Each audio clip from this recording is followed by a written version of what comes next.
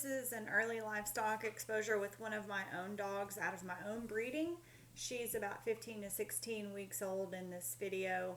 I wanted to use my own dog so that I can explain some things or point some things out, maybe even some things that I don't like, and I don't have to feel bad because I'm not trying to tear anyone else's dog apart. She's my own, so I can say maybe some mistakes that I make or some mistakes that the dog makes or some things that I think are pretty natural for this dog that maybe I do or don't like.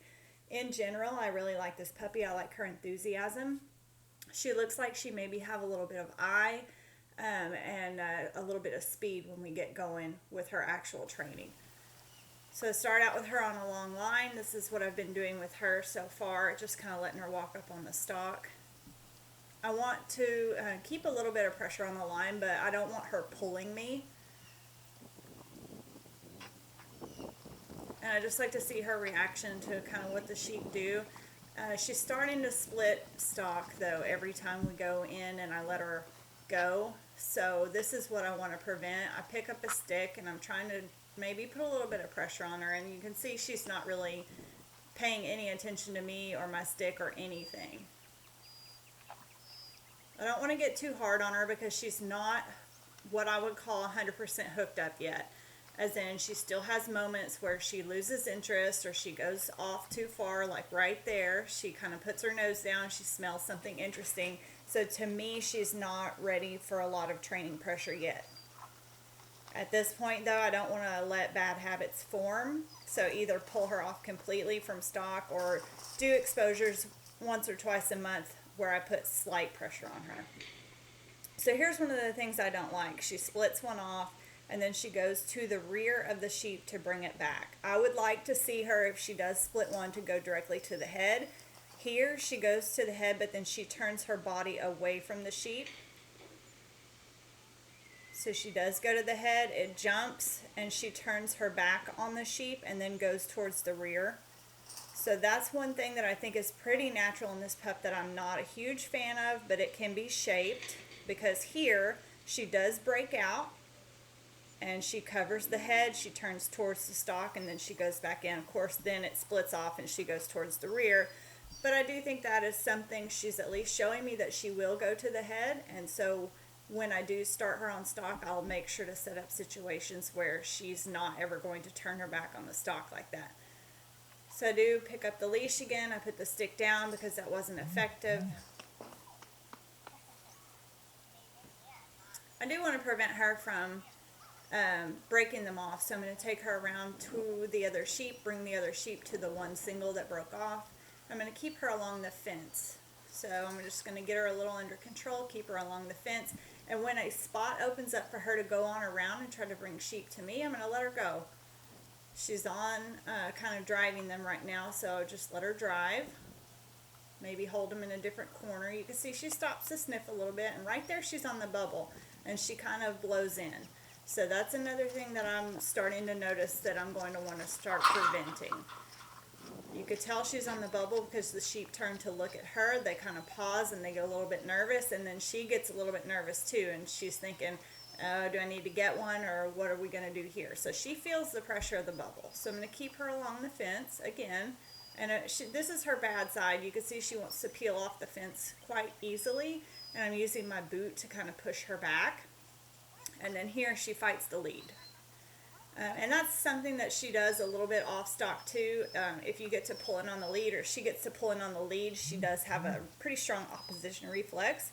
And so that's just something she's got to work through. I need her to give in to that pressure instead of pull against it. So right there she's got her shoulder off the fence, you can see, which is why she's not able to pull the sheep off the fence. See how her head is out, it's off the fence, and her shoulder is out, pointed towards that inside eye of the sheep, which is basically towards the front. So see, she's not ducking her head in to pull them off, she's holding them in that corner. So a lot of people are always like, why can't my dog get the sheep or the cattle off the fence? A lot of times it's because the dog is holding them there. So then she goes around me, I tell her good, and she rushes in. It's okay. She did get around and she did go to the side that I wanted her to go on, so I just pick the leash back up and continue on this side, but she's still fighting me. So here I'm going to start putting pressure on her. So this is not pressure necessarily because of the sheep. I'm putting pressure on her because she's fighting that leash. And I'm going to try to tell her, hey, Missy, if you feel me putting pressure on the leash, you need to give in to it. You don't need to pull against it and fight. And I also don't want my dogs going behind me like she's doing, trying to get around to the other side. So I'm blocking her with the stick. And yes, I did have to reach out and touch my 16-week-old puppy with a stick. She was telling me that she needed that amount of pressure. I put the amount of pressure on her. The dog determines how much pressure you put. Right there, that was much nicer. Now, she did turn in on the heels, but you can see her shoulder is out. Her head is pointed in the right direction. She is able to scoop those sheep off the fence. And if she hadn't have turned in on that heel right there, she would have had them coming right at me. That's just baby dog stuff. She'll get better as she gets more experience. But you see now I can put a little bit of pressure on her. She kind of sees the picture a little bit. She's not on the fence, which is why that didn't work out very well. But you can see she's a little bit more cognizant of what I'm asking and kind of the pressure. And she actually turned off of them there. Now I wish she hadn't have turned her back to them. But at the same time, she is kind of arcing off and actually flanking and not just trying to reach in and grab and split. So here I'm going to let her go in the direction that she likes to go. And look how nice that is. So she's just much more natural on the come by side than the away side. And that will be influenced with training later. Did a nice job of bringing that one back. Again, I don't want to see the splits. But here, so she's losing her mind a little bit. So she stops to pick something up. I am at the end of my ability to put pressure on this puppy. She's already said, that was really hard. I did a couple of things. I gave your pressure. And now I'm losing interest a little bit. My brain is tired. So my goal at this point is just to kind of let her get hooked back up to the sheep and call it a day.